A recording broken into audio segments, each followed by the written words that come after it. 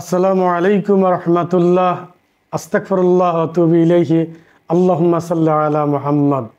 সম্মানিত দর্শক, আজকে আমার বিষয় হলো আমি যখন ঋণদাতা ছিলাম, এখন আমি ঋণ গ্রহীতা।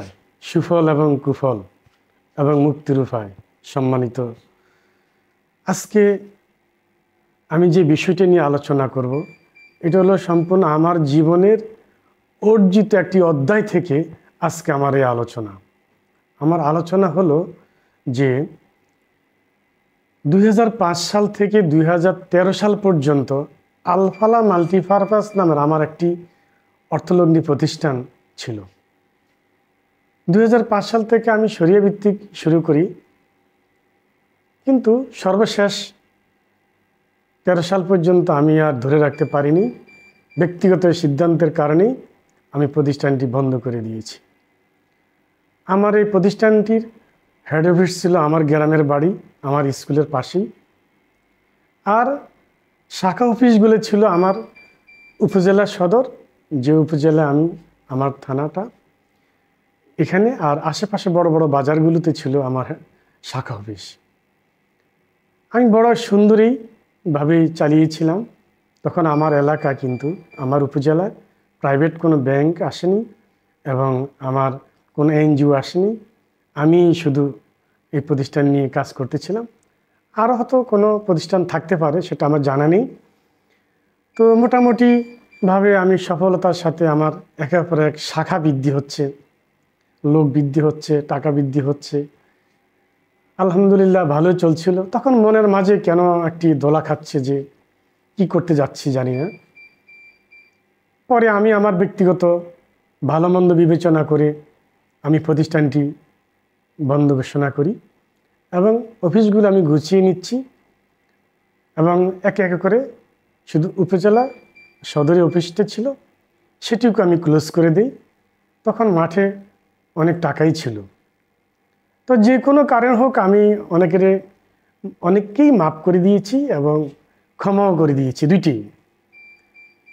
তো আমি আজকে বলতে চেয়েছি এই কথাটাই, যখন যদিও এটার নাম মাল্টিপারপাস, কিন্তু মানুষ বলতো ক্ষুদ্র ব্যাংক। তো যাই হোক, আমরা যেভাবে বলতে চেয়েছি মানুষ সেভাবে হয়তো বলে নাই, একটু বড় করে দেখেছে। তো আমি দেখেন 2005 সাল থেকে 2013 সাল পর্যন্ত আমি প্রতিষ্ঠানটি চালিয়ে আসছি, কিন্তু যখন বন্ধ করে দিয়েছি তখন আমার আরও কিছু প্রজেক্ট ছিল, ওগুলো আমি কিছু রান করতে চেয়েছি। তারপরও আমি আবার ওখানেই আছি, ওইভাবেই চালিয়ে যাচ্ছি। পরক্ষণে একটা পর্যায়ে এসে আমি থমকে যাই। থমকে যাওয়ার পরে ভালো সিদ্ধান্ত নিতে গিয়ে অনেক খারাপ সিদ্ধান্ত হয়ে যায়। পরক্ষণে ব্যবসায়িকভাবে একটু মন্দা দেখা দিল। এগুলাকে আবার রিকভারি করতে গিয়ে আমাকে আবার ঋণ গ্রহীতা হতে হয়েছিল আমাকে। সম্মানিত দর্শক, আমি যে কথাটা বুঝাতে চেয়েছিলাম এটা হলো আমার জীবন থেকে গাঁথা একটি গল্প, বাস্তব জীবনের কথা। যে আমি এক সময় ঋণ দিয়েছি, আমার প্রতিষ্ঠান থেকে মানুষের ঋণ নিয়ে মানুষ কেউ উপকৃত হয়েছে, কেউ ক্ষতিগ্রস্ত হয়েছে। দেখেন, আমার মনে হয় কারো অভিশাপ লেগেছে, কারো ক্ষতি হয়েছে হয়তো আমার প্রতিষ্ঠানটির কারণে।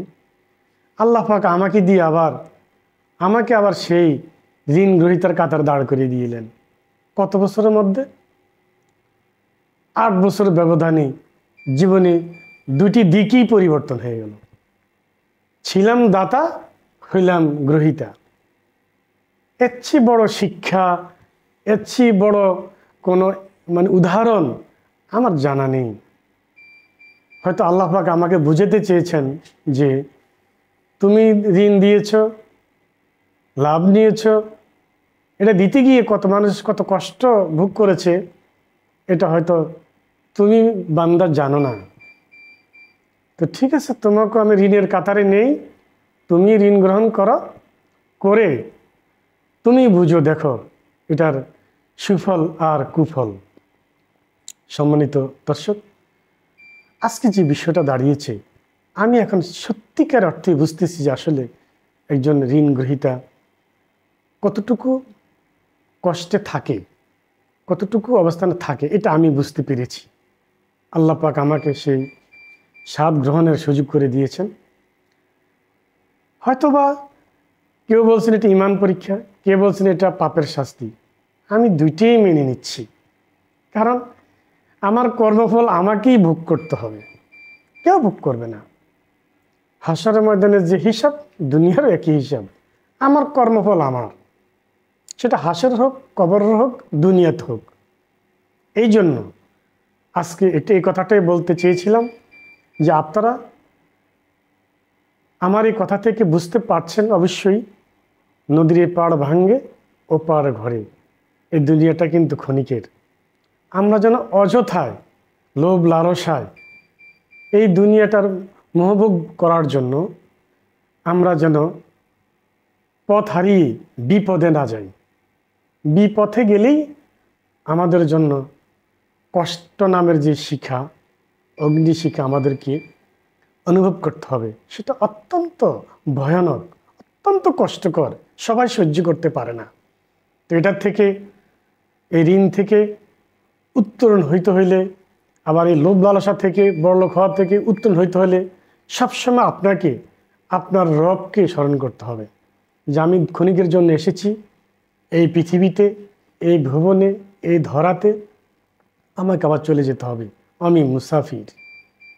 অতএব আমাদেরকে এখন যারা আমার মতো এরকম পরিকল্পনা নিয়ে হাঁটতেছেন এবং ভোগ করেও ফেলেছেন,